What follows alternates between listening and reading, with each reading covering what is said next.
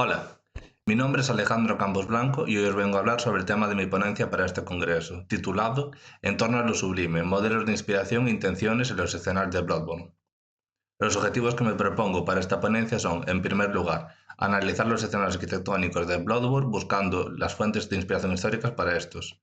En segundo lugar, busco explicar la intencionalidad detrás del uso de estas arquitecturas y estilos y su significado. En definitivas cuentas, busco explicar la estética de Bloodborne.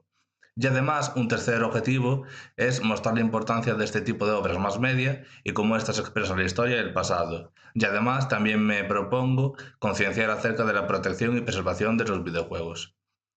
Comenzando con este último apartado, voy a hablaros sobre la preservación y conservación de los videojuegos.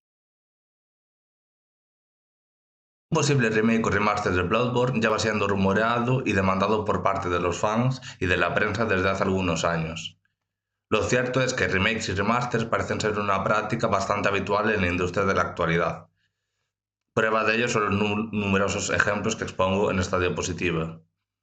La popularidad de estas prácticas seguramente se deba a que para las empresas estos remakes suponen una inversión mucho más segura y mucho más rentable que tener que invertir dinero en una IP totalmente nueva. El problema respecto a estos remakes es que muchas veces no son muy fieles al original, lo cual se ve agravado en el hecho de que muchas veces sustituyen al original, que de hecho algunas veces es totalmente inaccesible. Prueba de esta sustitución se ve en los títulos de algunos de estos remakes, que no indican en ningún lugar que sean tales, sino que se presentan como el original, básicamente.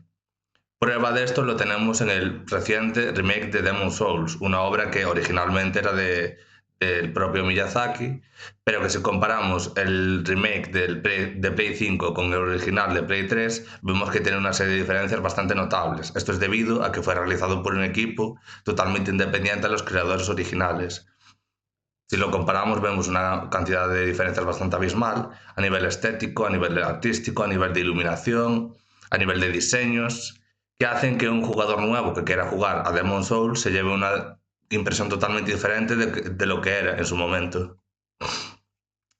Verdaderamente estamos ante un panorama bastante devastador en lo respectivo a la conservación y a la preservación del videojuego. Ya antes solamente cabe como primer paso la concienciación. Y también hay que reconocer la labor de entidades o como GOG que están a hacer un trabajo excelente a nivel de conservar y preservar estos videojuegos clásicos.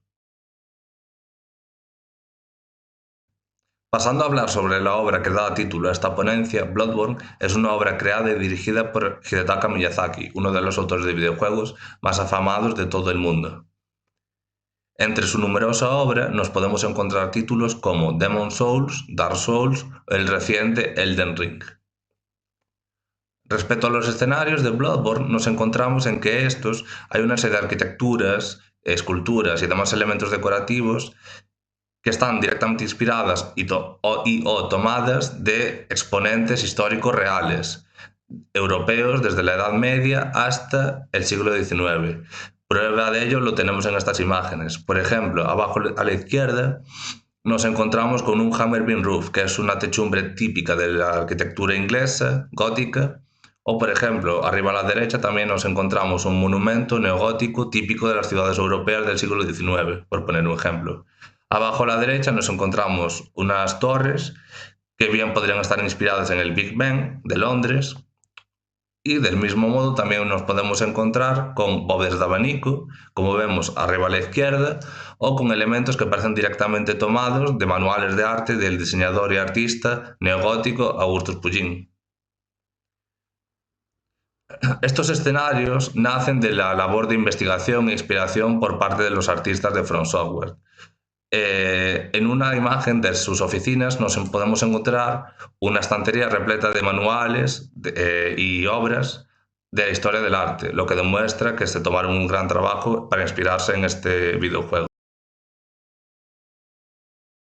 Una vez hemos hablado sobre las arquitecturas de Bloodborne, llegamos a definir su estética. Si hay una palabra que defina la estética de este título es lo sublime, una categoría nacida en el siglo XIX europeo. Y es que esta categoría se consigue mediante los siguientes elementos en este videojuego. En primer lugar, la soledad.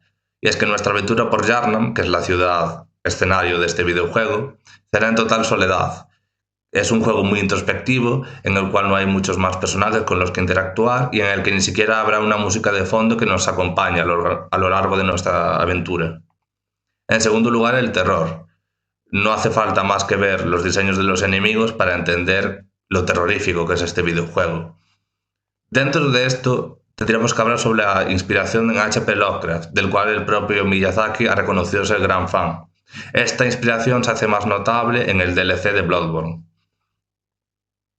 Otro aspecto del terror bastante curioso es la huella de las ideas culturales, filosóficas, religiosas de los creadores en esta obra. Podemos encontrar que hay ciertas referencias al tema de la reencarnación en la propia jugabilidad del título, lo cual es una idea bastante terrorífica, si la pensamos bien. Por supuesto, otro elemento que incide en la categoría del sublime es la oscuridad, y es que la incapacidad para ver a qué nos enfrentamos nos hace pensar en lo peor. Si vemos los escenarios y los lugares de Bloodborne, nos damos cuenta de que casi todos están en penumbra, en oscuridad, en tinieblas y demás. Relacionado con esto, otro aspecto de lo sublime es la paleta cromática. En Bloodborne nos encontramos colores sublimes, que son los colores de la tormenta, de la oscuridad, del crepúsculo, que vemos en esta diapositiva, y que contrastan mucho con los colores de la alegría, del locus amoenus, de la belleza y demás. Por supuesto, estos videojuegos, los videojuegos de Hidetaka Miyazaki, tienen mucha fama de ser muy difíciles, lo cual incide también en la categoría de lo sublime, y es que el poder y la dificultad son el motor de lo sublime. Otro aspecto de lo sublime que permea todo Bloodborne es la grandeza, la sensación de grandeza y de sentirse pequeño ante una ciudad enorme que se abalanza ante ti, ante enemigos enormes que se abalanzan ante ti. Por supuesto, todo esto nos retrotrae al pintor alemán Caspar David Friedrich, el cual al comparar sus obras con Bloodborne, los parecidos son innegables. Finalmente, ya a modo de conclusiones, me gustaría destacar de nuevo porque no destaqué. Finalmente, ya a modo de conclusiones, me gustaría destacar el valor de Bloodborne de entre toda la producción contemporánea por su enorme y lograda complejidad artística, así como por su impacto y legado en la industria actual. Respecto a la finalidad de la estética escogida para este título, claramente los autores buscaban emular el ambiente decimonónico de las novelas de H.P. Lovecraft mediante la recreación de diversas arquitecturas, esculturas y otros elementos artísticos producidos en Europa desde la Edad Media hasta el siglo XIX, recreando así la atmósfera de la literatura de Lovecraft. Por otra parte, todo el título está bajo lo que he decidido denominar el filtro romántico, y es que se nota la inspiración en artísticas y teóricos del siglo XIX, especialmente en Caspar David Friedrich, recogiendo categorías como lo sublime. También me gustaría volver a destacar el papel esencial de las reconstrucciones neogóticas del siglo XIX, a cargo de Viollet Leduc en Francia o de Augustus Pugin en Inglaterra, en los escenarios de este videojuego. De nuevo, me gustaría volver a destacar el impacto de cómo la religión y las ideas culturales de los autores se han visto reflejadas en este videojuego, sobre todo el tema de la reencarnación y demás. Pero la mayor conclusión a la que se ha llegado en esta ponencia es a la afirmación del valor de este videojuego como obra artística, lo que nos permite aplicarle a este videojuego, que es lo que llevo haciendo toda esta ponencia, las metodologías propias de la historia del arte. Y finalmente me gustaría concienciar de nuevo ante el grave problema de la preservación y conservación de los videojuegos. Espero que les haya gustado mucho mi ponencia, muchas gracias por escuchar y ha sido un placer. Adiós.